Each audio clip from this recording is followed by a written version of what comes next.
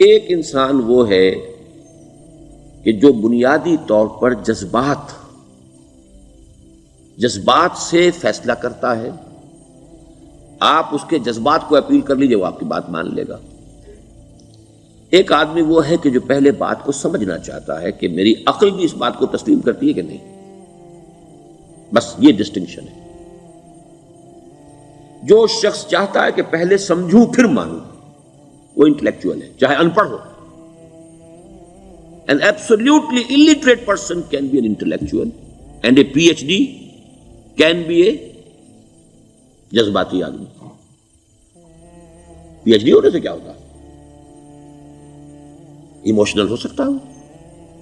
P H D تو اس نے کی ہے کیمسٹری میں کی ہے، کسی اور میں کی ہے، بہت دیر تک بیٹھا رہا ہے بیچارہ، اور وہ بہت سے اسٹیٹسٹکس جمع کی ہیں، ڈیٹا فراہم کیا، اس کے اوپر کوئی ایک پیپر لکھ دیا، پی ایچ ڈی ہو گئی.